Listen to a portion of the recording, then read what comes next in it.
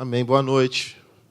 Graça e paz, irmãos. Deus abençoe vocês. Eu sou o Pedro Vux, sou um dos pastores na Lagoinha Savassi e pastor na Lagoinha Sete Lagoas, que é uma igreja que nasceu na Lagoinha Savassi. Da Lagoinha Savassi, várias igrejas nasceram.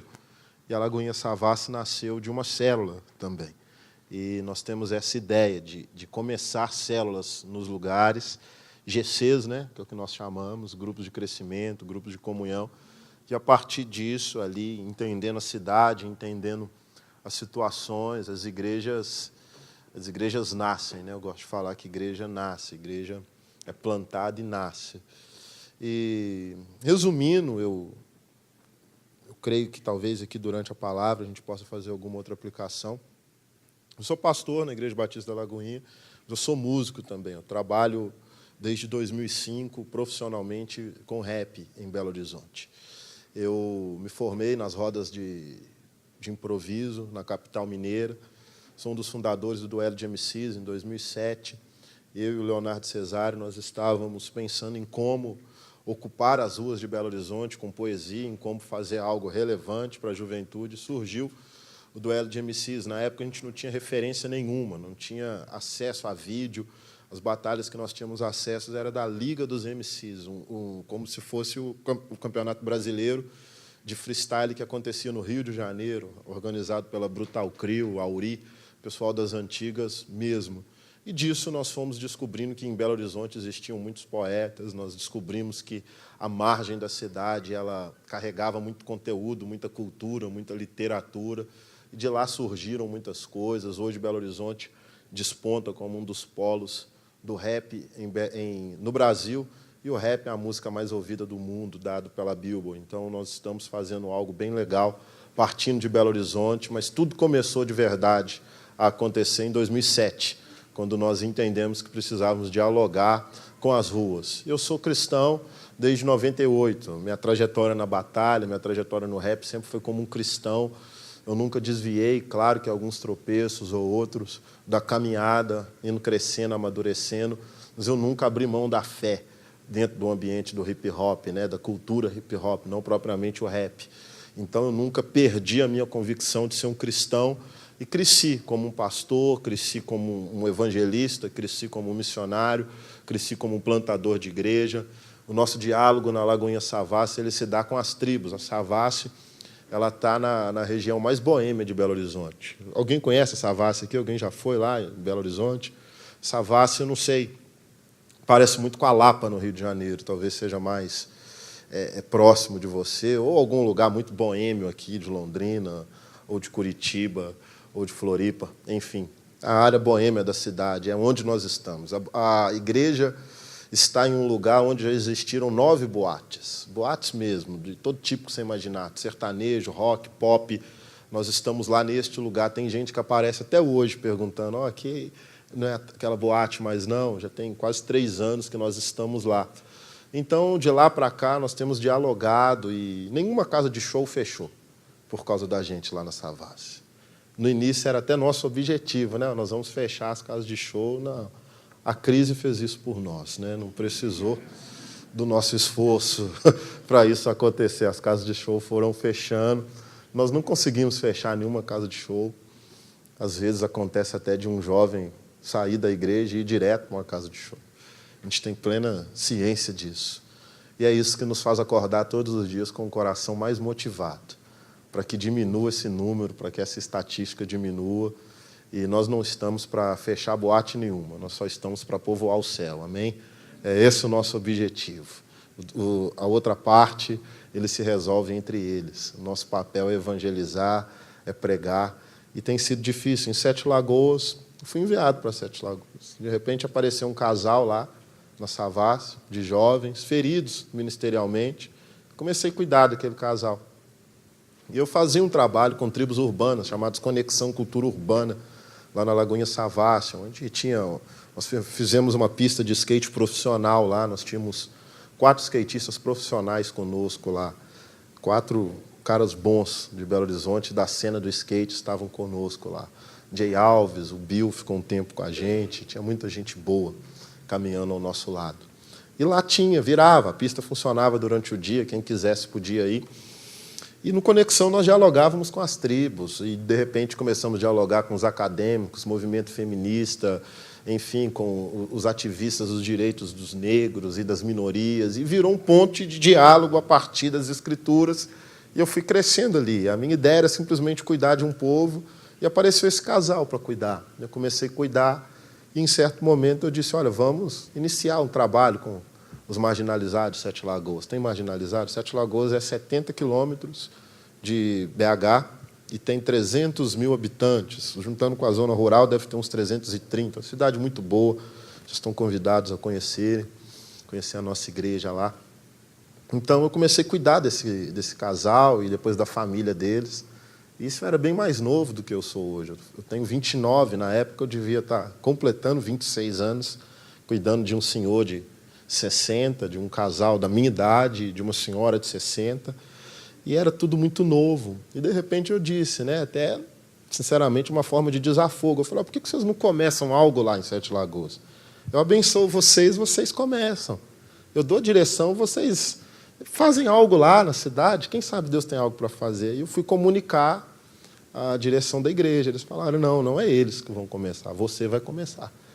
Nós tivemos uma igreja lá há muito tempo atrás, há uns 15 anos, e acabou. E a missão é sua. Não pergunta por quê acabou. Só vai e faz uma nova história. E eu não sei, até hoje, por que aquela igreja acabou. Não sei. Houve uma situação há 15 anos atrás, mas eu sei que eu fui. Eu tenho até escrito um livro, ele está intitulado até agora Éramos 9. Nós começamos em Sete Lagoas com 9 pessoas, uma célula. E agora, em setembro, nós vamos completar apenas 2 anos de existência na cidade. Nós estamos entre 300 e 350 irmãos, para a glória de Deus. Foi um crescimento enorme. Nós batizamos, nesse meio tempo, 76 pessoas. Crianças, nós começamos com 4. 2 eram meus filhos.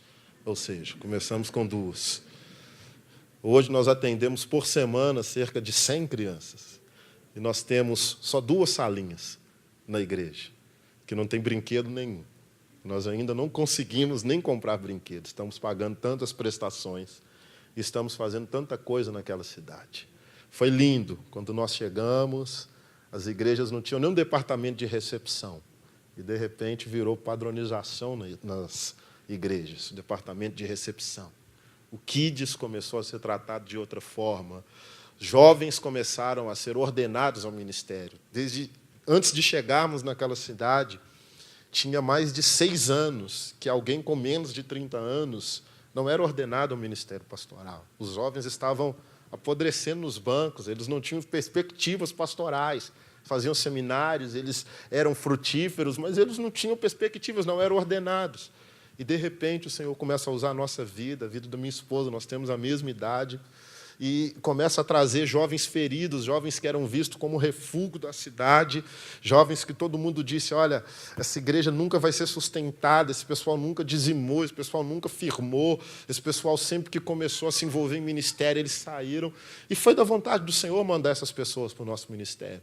Chegou um momento que só tinha pessoa com problema em pornografia, só tinha pessoa com problema em prostituição, só tinha pessoa que tinha se divorciado e estava tentando resolver, só tinha problema dentro da igreja. A igreja era chamada a Curva do Rio, lá em Sete Lagoas. A Curva do Rio, você sabe o que é a Curva do Rio, onde fica tudo de ruim, fica tranqueira, né? Então, olhava para a gente assim. E eu sempre falei, olha, o Senhor vai fazer algo a partir deste pessoal. A partir desses que não eram abraçados, nós vamos abraçar a cidade. A partir desses que estavam mortos, nós vamos levar vida. E o Senhor tem feito tantas coisas. Nós iniciamos outra igrejinha lá em Sete Lagoas, numa periferia. Começamos lá com também 20 irmãos. Começou maior do que a nossa. Lá não cresceu tanto ainda, é mais delicado, nós vamos falar sobre isso. Mas em menos de 2 anos, o Senhor fez isso tudo. E em menos de 6 anos, o Senhor mudou a minha vida. Eu faço rap até hoje, ativamente, tenho trabalhado em um novo projeto, mas eu entendo que foi um tempo que eu precisei ficar menos nas ruas, e vou falar sobre isso, porque a rua fascina muito, e precisei amar mais a igreja local, precisei mergulhar mais na igreja local, entender pessoas, entender o ser humano, precisei respirar a igreja, acordar, saber que a igreja... Irmão, se você entendesse a igreja, se você soubesse o que é necessário para uma igreja funcionar, se você sentisse o que eu senti quando eu entrei naquele espaço ali onde vocês têm para orar, e vocês imaginassem o tanto que os irmãos me pedem para ter algo parecido, e o tanto que é difícil ter algo parecido. Se vocês imaginassem o quanto que é difícil ter uma atmosfera, uma condição, uma estrutura de louvor como essa. Irmãos, com todo respeito, tudo seria diferente. Tudo seria diferente.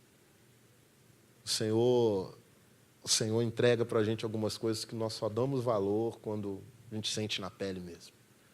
E se eu não estivesse dentro da igreja, vivendo a igreja diariamente, eu ia continuar sendo um pregador itinerante, que entrar e sair dos lugares, às vezes sem orar, às vezes sem ter intimidade com o Pai.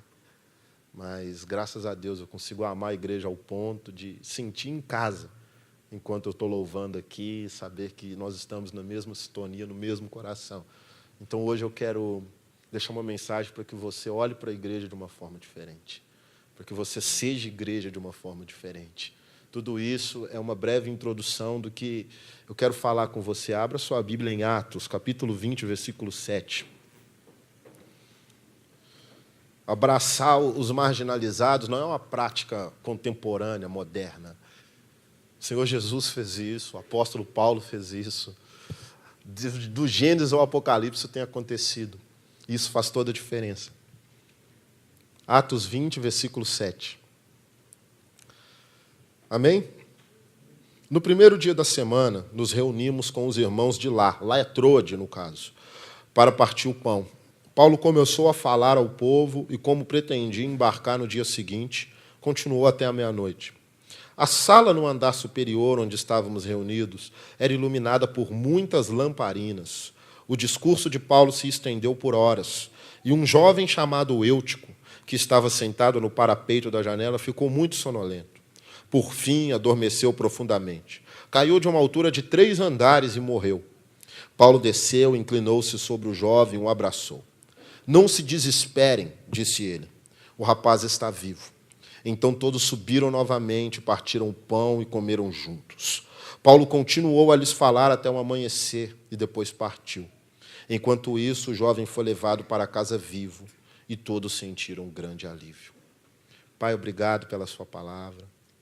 Obrigado pelo seu amor, obrigado pela sua igreja, obrigado pelos irmãos que estão aqui em Londrina, obrigado, Pai, pela forma que o Senhor tem nos alimentado e cuidado de nós. Que o Senhor continue a tua obra poderosa e que nada, Pai, nos impeça de receber o que o Senhor tem para nós nessa noite. Em nome de Jesus. Amém. Olha, talvez pensar em missão urbana seja... Às vezes não soe como devia soar no seu coração. Talvez pareça muito difícil. Talvez pareça impossível. Talvez você pense só, de fato, na pior parte da cidade. Mas a missão urbana, eu creio, e já vivi isso, ela diz respeito a todos que estão à margem de algum lugar. Isso não quer dizer à margem geograficamente falando, porque geograficamente falando, a estrutura da cidade, ela empurra para os lados os que têm menos condições. Então, na margem das cidades grandes, das cidades que não têm estrutura para receber mais pessoas, começam a surgir pessoas. Aí que surgem as áreas de risco, as áreas de desmoronamento, as áreas de alagamento, as áreas onde não existe saneamento básico. A cidade acaba empurrando as pessoas para a margem. Então, esse é um sentido de marginalização que nós temos, de empurrar as pessoas para o lado. Isso é um sentido geográfico. Mas, socialmente falando, na vida social, todo lugar existe alguém marginalizado. Porque todo lugar existe o centro de algo. E, a partir do centro, existe a marginalização de algo. O que isso quer dizer? Que ainda que você esteja dentro da igreja, existem pessoas marginalizadas dentro da igreja. Ainda que você esteja em um pequeno grupo, existem pessoas marginalizadas dentro de um pequeno grupo. Pode parecer que não, mas simples atitudes, simples olhares, simples opiniões e simples pensamentos que sejam, marginalizam pessoas. Quando uma pessoa vai para a margem, ela passa a não se sentir parte de algo. E a pior coisa que existe no mundo é não se sentir parte de algo. Porque o sentido da vida é ser útil. Se você não é útil, significa que você não tem para onde ir. É como se você embarcasse em um mar, em um barco em alto mar, e não soubesse de onde ele vem nem para onde ele vai. Então você precisa ter utilidade, você precisa ter um norte, você precisa ter um cais, você precisa servir para algo. Quando você está marginalizado, quando você olha e fala, talvez dentro da igreja, é necessário primeiro tratar talvez a marginalização congregacional para olhar para a marginalização social. A marginalização congregacional, ela coloca à margem pessoas que talvez, conversei com o pastor Wagner sobre isso, pessoas que não têm o nosso coração. Sabe, é muito fácil marginalizar alguém que não quer estar na igreja como eu quero estar. E para mim é muito fácil estar na igreja todos os dias, 24 horas por dia. Eu vou estar aqui hoje, amanhã, eu chego em Sete Lagoas no sábado, eu prego à noite, tem uma vigília que começa às 11 horas da noite, eu prego em todos os turnos da vigília, e no domingo eu prego de manhã e de noite, mas isso é minha vida. Isso é para que o Senhor me chamou, eu não reclamo de jeito nenhum. Mas eu não posso cobrar isso dos outros irmãos que não têm um coração como eu tenho. E às vezes eu olho para alguém e falo, esse irmão é preguiçoso, esse irmão não quis ficar até o final da vigília. E ainda que de forma involuntária, eu começo a marginalizar. Eu começo a segmentar entre os que são espirituais e os que não são espirituais, entre os que são ativos e os que são inativos, entre os que podem e entre os que não podem. E eu começo a ser o padrão, eu começo a ser o centro. Nenhum avivamento teve como homem o centro. Justamente o contrário, todo avivamento foi quando o homem saiu do centro. Porque avivamento nada mais é do que Cristo voltar a ocupar o lugar que sempre lhe foi seu por direito. Isso é avivamento, quando Deus volta, a partir de Jesus, a sentar no trono estabelecido dentro da sua casa, a igreja. Isso é avivamento. Mas quando nós centralizamos as atividades em nós, quando nós somos o centro das coisas, a marginalização surge a partir de nós. E se eu marginalizo, se eu incapacito alguém de amar a partir do meu padrão de amor, eu não posso exigir que ninguém faça a diferença que eu, às vezes, não estou fazendo. Porque se eu marginalizo, com certeza outras pessoas vão marginalizar. E a missão urbana é resgatar essas pessoas que, feridas, se colocaram à margem de todos os nichos da sociedade. O nicho acadêmico, o nicho feminino, o nicho masculino, o nicho tecnológico. Às vezes uma pessoa se sente marginalizada em nosso meio porque o telefone dela não é como o nosso é. E ela se sente marginalizada. Talvez se sente marginalizada porque não se veste como nos vestimos e se sente marginalizada. E não flui, não rompe. Eu creio muito que o Senhor quer fazer algo a partir da diversidade na unidade. Eu creio muito que o Senhor quer unir gerações. Eu creio muito que o Senhor quer colocar gerações respeitando gerações, onde o idoso ama o jovem, onde o jovem ama o idoso, onde a criança é importante no culto público. Sabe, quero muito no meu ministério um dia continuar vendo, assim, na nossa igreja, mulheres. Eu fico muito feliz quando eu vejo mulheres se levantando para o ministério da palavra, com ousadia, estudando teologia sistemática, sabe, entendendo do que fala, mergulhando em todas as linhas de raciocínio, fazendo investimento. Fico muito feliz quando encontro crianças que, sabe, nós não podemos falar, olha, esse menino tem 3 anos, ele gosta de bateria porque ele tem 3 anos. E se ele gostar para o resto da vida? Sabe, a igreja ela tem que continuar dando continuidade e condição para as gerações fazerem uma melhor do que a outra fez. Se nós nos esquecermos que esse solo que nós pisamos aqui, literalmente, ele foi banhado com lágrimas da outra geração, nós nunca vamos chorar mais do que eles choraram. Nunca. Nós só estamos aqui porque alguém chorou por nós. Nós só estamos aqui porque os joelhos foram dobrados ao nosso favor. E de uma forma ou de outra nós fomos inseridos. A forma como nós vivemos o Evangelho hoje, ela era uma forma marginalizada há 10 anos atrás. Isso que nós fazemos aqui hoje era visto como movimento underground. Há 10 anos atrás. Movimento underground, luzes apagadas, penumbra. Hoje nós estamos no centro de um movimento evangélico no Brasil, não estamos à margem de nada. Mas isso foi gerado em oração, isso foi gerado em jejum, isso foi gerado em transmissão de autoridade. Algo foi entregue para a nossa geração, algo foi transmitido. E nós não podemos, a partir disso, segregar pessoas que não têm a manifestação que nós temos.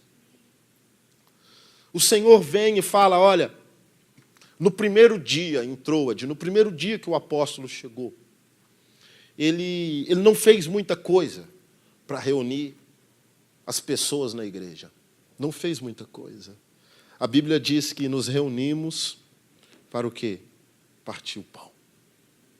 Acontece que nós somos fascinados pelo grande, que nós somos fascinados pelo incrível, pelo gigante, pelo inesquecível, pelo extraordinário. E nós nos esquecemos que as pessoas elas não estão precisando de uma nova revelação tecnológica, elas estão precisando das coisas simples que se perderam no tempo.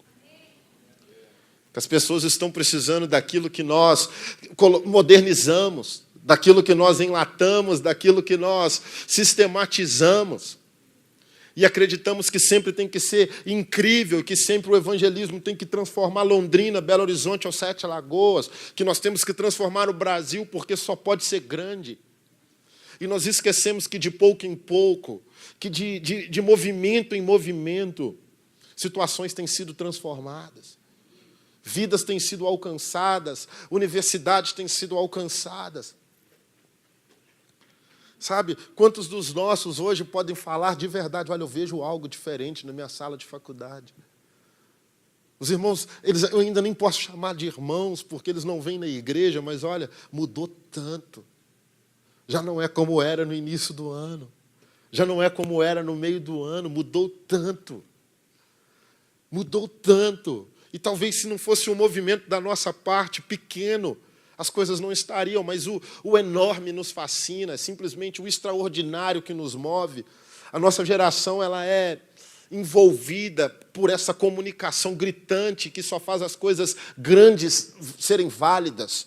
E nós menosprezamos os pequenos encontros, menosprezamos os pequenos momentos da vida, menosprezamos os abraços, menosprezamos as atenções, os olhares, menosprezamos o sorriso. Menosprezamos a atenção. Sabe qual que é a coisa mais importante que eu e você temos hoje, assim, humanamente falando? Para o mundo? O tempo. Quando você entrega tempo para alguém hoje em dia, é sinal de que você se importa com aquilo. Porque tempo é algo tão líquido, tempo é algo tão acelerado. Quando você fala, olha, eu tenho tempo para você. Vamos tomar um café à tarde. Parece que é Natal no meio do ano, irmão. Você fica muito feliz. Nossa, teve tempo para mim. Eu existo. Vai tomar um café. Você nem toma café, começa a tomar café à tarde. Vira cafezeiro. Enfim, a pessoa fala que tem tempo para você. Você, ok. Deixa eu te contar a minha história. Sabe, eu já tive encontros que eu não falei nada, só amém no final. E ouvi 2, 3 horas histórias. As pessoas querem contar histórias, porque se eu não paro para ouvir a história do pastor Wagner, como que eu vou acreditar a vida do pastor Wagner? Como que eu vou defender a sua vida, irmão? Se eu não sei quem é você? Como que eu vou falar, não, ok, eu boto minha mão no fogo pela irmã? Não é ela, não foi ela. Se eu não sei quem é ela. Nós precisamos entregar o tempo, o nosso ouvido para as pessoas, porque se eu sei quem é o irmão, ele sabe quem eu sou. E se nós sabemos quem somos, nós somos igreja, amém? A igreja se conhece. E a igreja é simples. O apóstolo reuniu para partir o pão. Aquela igreja não foi para ver um espetáculo de fogos, de artifício. Foram para partir o pão. Nós temos nos perdido no meio do avançado. E algo incrível começou a acontecer ali. Paulo começou a falar ao povo. E como pretendia embarcar no dia seguinte, continuou até meia-noite. Eu me pergunto todas as vezes que eu passo por essa passagem, o que esse homem falou? O que esse homem falou? Porque durante mais de 12 horas, as pessoas ouviram um sujeito pregando o evangelho. As pessoas não estavam vendo nada. Só alguém que chegou de uma embarcação. só alguém com as roupas sujas, só alguém que não ia ficar durante muito tempo, alguém que não era reconhecido como um extraordinário ganhador de almas, como um curador mirabolante. Tinha alguém pregando o evangelho, partindo o pão, prendendo a atenção da cidade por mais de 12 horas. Talvez se eu tropeçar nos 20 minutos iniciais, irmão, você levanta, vai embora e fala, poxa, como que trouxeram esse cara lá de Belo Horizonte? Como que tirou esse cara, deixava esse cara lá, pô? Gastou dinheiro com esse cara, deixa esse cara lá, tem tanta gente melhor aqui. 20 minutos, poxa, qual a razão? E em 20 minutos nós temos que convencer uma pessoa que você é inteligente, que você tem um histórico, que você tem um currículo, que você tem uma bagagem, que você é crente. Caso contrário, não. E a partir disso você prega o evangelho. Chegou em 2 horas, se alguém escuta um sermão de 2 horas hoje. Tão difícil. Escutar um sermão de 2 horas. O apóstolo pregou o evangelho pura e simplesmente durante 12 horas. Estavam ouvindo porque era o suficiente para fazer a transformação no coração. O evangelho é o suficiente por si só para mudar nossas realidades, irmãos. Nós não precisamos acrescentar nada ao evangelho porque ele é o suficiente para nos mudar. Quando nós tentamos inventar muita forma de fazer missão, nós estamos adulterando o evangelho. E o evangelho adulterado gera crentes falsos. Crentes falsos não trazem resultado para a obra de Cristo. O apóstolo pregou até o amanhecer. A sala superior, onde eles estavam ali, irmãos, imagine toda a cidade. Aquilo moveu a cidade. A Bíblia diz que ela era iluminada por muitas lamparinas. O que isso quer dizer, lamparina, nessa época? Nesse século, era exatamente tudo que uma pessoa tinha dentro de casa. Era a luz. Se você tira a luz de dentro de casa, é sinal de que ninguém fica dentro de casa, porque não tem nada para fazer. O que significava que o evangelho, pura e simplesmente, e o partir do pão, foi o suficiente para tirar as pessoas de dentro das suas casas e colocarem elas em comunhão, compartilhando tudo que elas tinham umas com as outras. Quando nós deixamos os nossos lares e levamos para os outros aquilo que nós temos, é sinal de que nós nos importamos com elas. Enquanto nós não entregarmos o que nos é importante para os outros, eles vão simplesmente falar, isso é mais um que está dizendo que Jesus me ama. Ele é mais um. A sala era tomada por lâmpadas, todos estavam atentos, todos estavam prestando atenção no que era dito, o evangelho era exposto. Imagino que aqueles corações floresciam, imagino que aqueles olhares brilhavam. Mas de repente, no meio disso tudo, algo começa a acontecer, e esse é o centro da mensagem. Sempre tem alguém à margem. E Eutico era o sujeito que estava à margem da situação. Pense em alguém que nesse momento poderia estar aqui, mas está simplesmente rodeando a igreja. E ele nos vê aquecendo uns aos outros, enquanto ele permanece com frio. Eutico, ele estava interessado, mas ele não estava totalmente convicto de que podia fazer parte daquilo. Ele estava olhando, ele estava até ouvindo o que acontecia, mas não estava se sentindo à vontade em participar. E, de repente, após aquele discurso demorado, aquele homem cai. E algo acontece. E é o que geralmente acontece. Ninguém olha para a pessoa quando ela está morrendo. Mas todo mundo quer saber como ela morreu quando ela morre. Depois que ela caiu, todas as pessoas foram olhar. Depois que o barulho chegou no ouvido, eles falaram, olha, alguém morreu. Alguém aqui perto morreu, alguém aqui perto caiu. Alguém aqui perto tropeçou, alguém aqui perto, alguém que estava entre nós ou próximo de nós morreu. Algo terrível está acontecendo. Vai ser creditado aqui na nossa conta sangue. Alguém morreu enquanto estávamos nos reunindo. Alguém morreu enquanto estávamos sendo alimentados. Alguém morreu enquanto estávamos recebendo. que terrível vai ser essa notícia. Como é possível que alguém esteja morto enquanto nós estamos seguros aqui dentro? Como é possível que alguém tenha caído do 3º andar enquanto nós estamos aqui intactos? Como esse homem caiu? Porque nós não vimos enquanto ele estava pendurado, era tão mais fácil. Desce, pelo amor de Deus. Aqui está mais tranquilo, está perigoso, vem em cima. Mas nós não temos esse olhar para ver os que estão nos rodeando, prestes a morrer. Nós não temos esse olhar para ir àquelas pessoas. Porque dá muito trabalho. Eu me lembro uma vez, eu estava preenchendo uma ficha de uma irmã lá da igreja, aí, bem no início da igreja, estava finalizando a entrevista pastoral dela. E em uma parte lá, eu escrevi algo.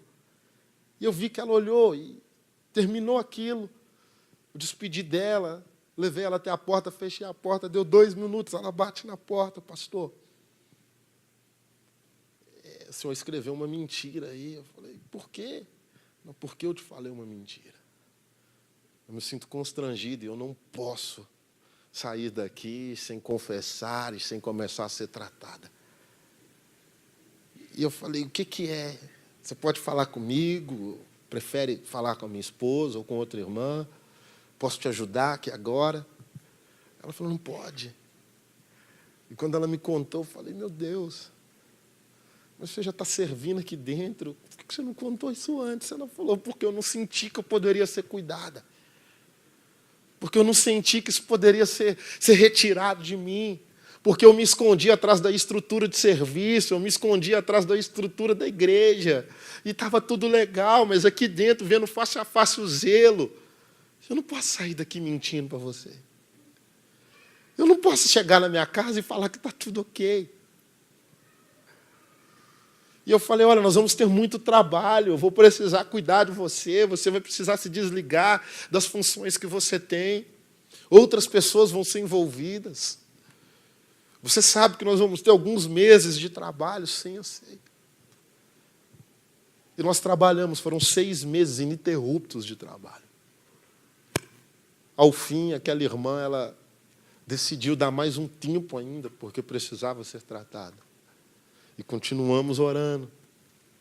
Hoje ela é eu não tenho nem palavras para descrever que ela se transformou dentro da igreja. Mas os que estão à margem, geralmente, eles dão muito trabalho. E, geralmente, eles podem estar mais perto do que parece. Geralmente, eles podem estar do nosso lado. E eu, não estava tão longe da igreja como parecia, estava muito perto. Mas, ainda assim, eles deixaram ele cair do alto andar. E aquele jovem veio a falecer. É tão ruim quando nós sabemos que... Olha, lembra aquele morador de rua que você conversou com ele semana passada? Morreu. Se envolveu em uma briga e morreu. Alguém veio aqui de noite, esfaqueou, foi preso. Olha, lembra aquele jovem que você conheceu lá naquele lugar? Olha, infelizmente, não está mais entre nós. E eram pessoas tão próximas. Só que, às vezes, nós não acreditamos que existe uma mudança porque não está sendo grandemente visível o resultado na vida daquela pessoa. Só que eu tenho algo para te dizer nessa noite. Ainda que você não veja, a obra de Deus está crescendo nos lugares onde você plantou. Em nome de Jesus. Ainda que você não veja. Porque Deus nunca dorme. Nunca dorme, nunca deixou de trabalhar. Nunca. Só que, de repente, nós nos preocupamos mais com as nossas estruturas, preocupamos... E eu falo isso porque nós nos perdemos tão fácil em nossos projetos. E as pessoas caem tão perto da gente. E depois é tão difícil aceitar que a culpa pode ser nossa. Só que o apóstolo nos dá uma lição impressionante aqui. Ele para tudo que aparentemente era importante. Ele sai da sua posição de autoridade e desce. E entrega para aquele jovem que talvez ele nunca tinha recebido na vida. Que é o que nós temos que fazer. A missão é isso. Sair do lugar onde estamos e entregar o que as pessoas talvez nunca tenham recebido. Paulo desceu inclinou-se sobre o jovem e o abraçou. Não se desesperem. Nós precisamos ter essa coragem para abraçar os mortos, assim como Paulo teve. Não é tranquilo abraçar morto, é delicado. Mas é necessário abraçar e falar, não se desespere. Ele apenas dorme. Ele não vai permanecer nesse estado. Não é dessa forma que o mundo vai falar que ele é. Não é esse o fim da história dessa pessoa, ele apenas dorme. O Senhor quer que eu e você venhamos abraçar os mortos de uma forma diferente. Ir aos lugares onde eles estão, ainda que eles estejam quebrados, feridos, feridas.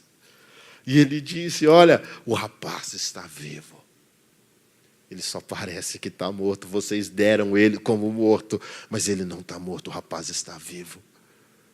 Porque aqui existe algo que traz vida aos mortos. Aqui existe algo que tira as pessoas de uma condição de decadência e coloca em uma condição de vida. Existe algo que tira da margem e coloca no centro. Olha, ok, nós estamos olhando para ele só agora que ele caiu, mas estamos olhando e ele está vivo para a honra e glória de Deus. Ele fala, olha, o rapaz está vivo. E aquele milagre fez com que a igreja subisse e outra vez voltasse a partir o pão. O milagre traz unidade para o corpo de Cristo. E enquanto nós estávamos louvando aqui, eu senti muito forte. Não sei se é algo que tem acontecido entre vocês, mas Deus quer fazer algo muito intenso no que diz respeito à cura, sabe? Pessoas curadas, pessoas sendo curadas em nome de Jesus.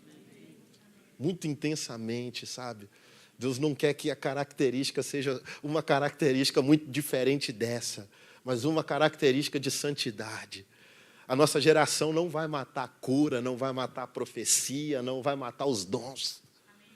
A nossa geração não vai sepultar a história do Evangelho.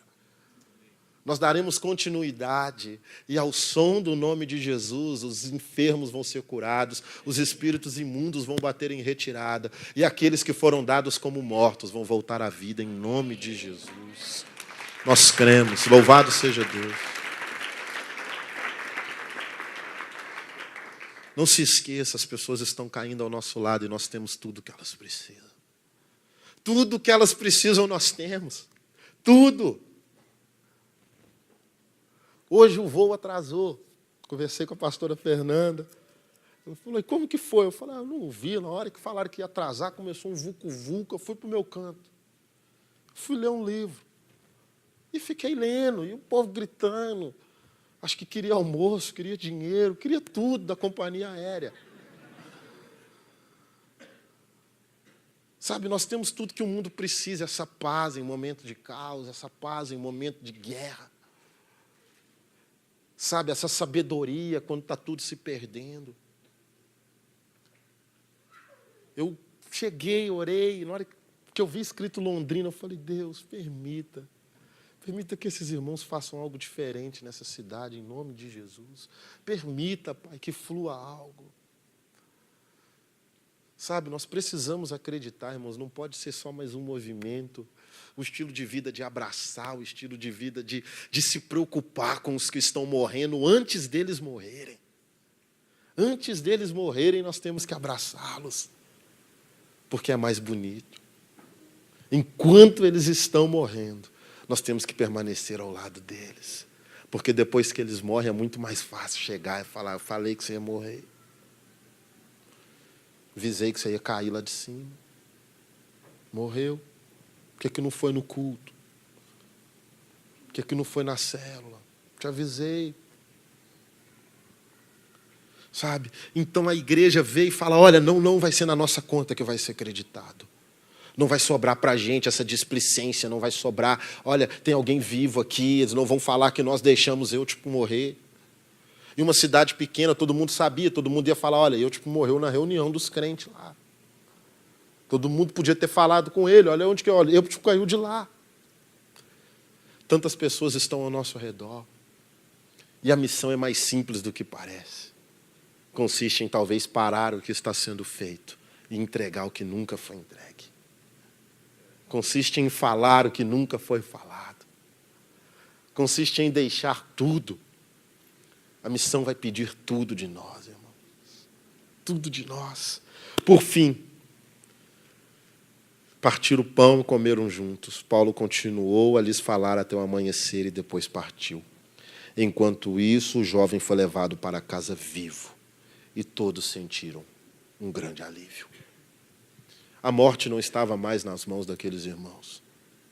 Não existia mais sangue correndo pelos dedos deles. O nome do Senhor, o Espírito Santo de Deus, fez com que alguém que foi dado como morto ressuscitasse. As pessoas viram como Deus era poderoso, elas partiram um pão e elas já se alegravam. Elas falavam, olha, nós vimos o agir de Deus poderoso. A missão requer tudo. Eu quero, nessa parte final, deixar um testemunho. Eu me mudei para Sete Lagoas, eu vivi a vida inteira em Belo Horizonte. Vida inteira. E em Belo Horizonte, principalmente por ser do movimento hip-hop, conhecia pessoas de todos os tipos possíveis. E eu morei 28 anos no mesmo lugar. No mesmo bairro. Era simplesmente impossível que algo de criminoso acontecesse comigo ou com a minha família. Era impossível. Pela cultura da rua mesmo, era impossível que algo acontecesse. E, de repente, a igreja me envia para Sete Lagoas. Eles me falam, olha, procure um lugar bom para sua esposa ficar bem, seus filhos ficarem bem, afinal de contas, no início de plantação de igreja você vai trabalhar muito mais. Eles precisam ter uma condição, eles precisam se sentir bem. É uma cidade nova, é tudo novo, sua esposa não vai ter amigas no primeiro momento. Então, olhe algo legal. De repente, o irmão da igreja, nós estávamos já reunindo em um espaço improvisado, o irmão da igreja me liga e fala, olha, pastor, eu te ouvi falando que quer uma casa para morar, eu quero alugar minha casa, mas não sei se serve para você, porque é muito grande e é recém-acabada. Vem aqui ver. Eu fui ver, levei minha esposa, nós resistimos muito no primeiro momento, era uma casa muito legal, mas, enfim, estava dentro do orçamento, estava perto da igreja, e nos mudamos para lá. Foi maravilhoso. Começar uma nova vida, colocar os móveis em um lugar diferente, ver as crianças brincando, recebendo os irmãos toda hora, naquele primeiro momento da igreja, um entra e sai da nossa casa de 6 da manhã às 11 horas da noite, mas era maravilhoso. Simplesmente muito bom aquilo que acontecia. E eu me sentia amado cada vez mais, me sentia parte cada vez mais, e comecei a nem sentir falta do bairro que eu cresci e dos amigos que eu tinha. E, de repente, eu vou pregar no nosso culto jovem. E eu preguei 2 vezes direto lá. 2 vezes direto. Deus estava fazendo algo. E, na última vez, eu fiquei muito tempo na reunião. O Espírito nos tomou de uma forma, os instrumentos pararam. E nós ficamos, depois que os instrumentos pararam, aproximadamente 60 jovens jogados no chão. Nós só chorávamos. E Deus agindo. E aquilo para mim era um sinal. Eu falei, olha, Deus está começando a fazer algo incrível em Sete Lagoas. Está começando algo e eu estou vivendo, eu estava tão alegre. Meus filhos, eu tenho um menino, na época eles eram mais novos. O Vitor devia ter 1 ano e o Bernardo devia ter 3. Hoje o Vitor tem 3 e o Bernardo tem 5. Até eles dormiram nesse mover. E nós chegamos em casa. Quando eu chego em casa, eu estava muito feliz em ver aqueles jovens que eu tinha escutado que eles não conseguiriam ser igreja outra vez. Estava muito feliz. Eu vi jovens falando em língua, eu vi ministérios sendo reativados, isso tudo em uma noite. Eu vi irmãs se arrependendo, uma com a outra, pedindo perdão. Foi maravilhoso o mover de Deus. Eu estava extasiado, eu não lembro como eu dirigia até em casa, mas eu cheguei em casa.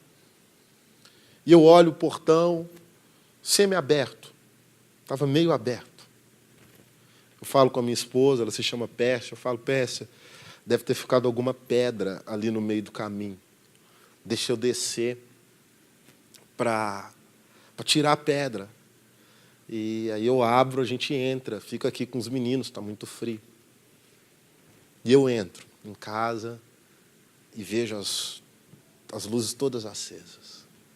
Bate um temor no meu coração e Eu entro assim, no impulso. Irmãos, e tudo que você possa imaginar tinha sido furtado dentro da nossa casa. Tudo. Com 3 meses morando em Sete Lagoas. Tudo, pensa tudo. Até uns shapes de skate que eu ganhava com um amigo meu, que ele tem marca de shape, ele me dava os modelos, até isso. Tudo. Ficou alguns móveis que não couberam no veículo que eles utilizaram. E, de repente, eu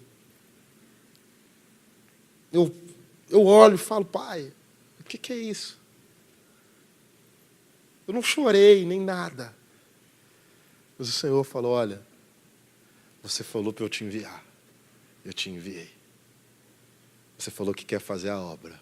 E a obra é essa. Vai, continua fazendo. Irmãos, era um momento que eu podia ter falado, olha, a missão tirou tudo de mim. Eu vou voltar para casa, meus 2 filhos não precisam disso. Minha esposa não precisa passar por isso. Esse trauma, nós ficamos quase 1 mês sem dormir. Mas se eu não tivesse acreditado que continuar abraçando os mortos naquela cidade era mais importante do que todos os eletrodomésticos e móveis que nos foram levados, eu teria conquistado uma nova casa, mas não teria uma nova igreja. Amém. O Senhor faz coisas a partir de situações que nós não imaginamos que é possível. E talvez algo foi retirado do seu coração no meio da missão e te desanimou tanto. Talvez algo te faz pensar, para que eu vou abraçar morto? Para que eu vou me preocupar com o marginalizado? Para que eu vou trazer essas pessoas para perto? No fim das contas, elas vão tirar algo de mim. Talvez elas vão tirar tudo mesmo. Mas ainda assim, o Senhor quer te usar para continuar abraçando os mortos. Porque um dia você foi abraçado enquanto ainda estava morto. Se você puder, fique de pé no seu lugar, em nome de Jesus. Feche os teus olhos, se você pode.